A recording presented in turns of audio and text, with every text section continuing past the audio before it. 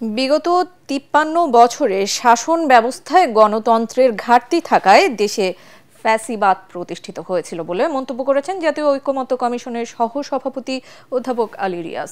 সংস্কার আলোচনা শেষে মিয়া মশিউজ্জামানের আম জনতা দলের দেয়া ১৬৬টি প্রস্তাবের মধ্যে ১৩৮টিতে একমত, ১২টিতে দ্বিমত, ১৫টিতে আংশিক এবং ১টিতে মতামত দেয়নি কমিশন। তবে প্রধানমন্ত্রী ও রাষ্ট্রপতির ক্ষমতার ভারসাম্যের পাশাপাশি সংসদের মেয়াদ ৫ বছর রাখার প্রস্তাব করেছে নবগঠিত দলটি। বিস্তারিত জানাচ্ছেন রাসনা দাস। ১৬৬টি সংস্কার প্রস্তাবনার সুপারিশ নিয়ে রাজনৈতিক দলগুলোর সাথে আলোচনা চালিয়ে যাচ্ছে জাতীয় ঐকমত্য কমিশন। এরই অংশ হিসেবে বৃহস্পতিবার জাতীয় সংসদ ভবনের এলডি হলে আম জনতা দলের সাথে আলোচনায় বসে ঐকমত্য কমিশন। বৈঠকে নতুন এই দলের পক্ষ থেকে প্রতিনিধিত্ব করেন ১১ জন সদস্য। এ সময় সভাপতি মিয়া মশিউজ্জামান জানান, গণপরিষদের একটি অংশ নাম পরিবর্তন করে আম জনতার দল নামে আত্মপ্রকাশ করেছে। সংলাপের শুরুতে জাতীয় ঐকমত্য কমিশনের সহ-সভাপতি ড আলী রিয়াজ বলেন, রাজনৈতিক দল, নাগরিক সমাজ ও ছাত্র জনতার আকাঙ্ক্ষা একটি গণতান্ত্রিক রাষ্ট্র প্রতিষ্ঠা করা।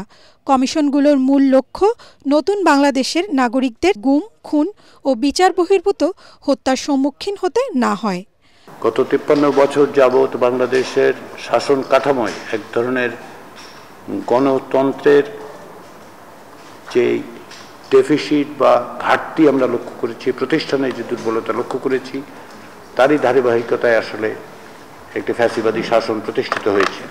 পুনর্বার যেন গুম, খুন, বিচার বহির্ভূত হত্যার মোকাবেলা করতে না হয়। আলোচনা শেষে আম জনতা দলের সভাপতি মিয়া মশিউজ্জামান সাংবাদিকদের জানান, বৈঠকে সংবিধান, বিচার বিভাগ ও দুর্নীতি দমন ব্যবস্থা সংস্কারে গুরুত্ব আরোপ করেছে তার দল। সবগুলি বিষয় নিয়ে আজকে আলোচনা হয় নাই, আমাদের মধ্যে এই আলোচনা ইনশাল্লাহ চলমান থাকবে। আমরা আজকে 3টা বিষয়ে মতামত দিয়ে গেলাম। এগুলির কিছুটা বিস্তারিত সম্পূর্ণ এখনই আমরা বলছি না, এই জন্যে যে এ বিষয়ে চূড়ান্ত সিদ্ধান্ত এখনো হয়নি, আমরা আমাদের মতামত দিয়েছি মাত্র। সংস্কার বিষয়ে এখন পর্যন্ত 16টি রাজনৈতিক দলের সাথে আলোচনা করেছে জাতীয় ঐকমত্য কমিশন। রাসনা দাস, এটিএন বাংলা, ঢাকা।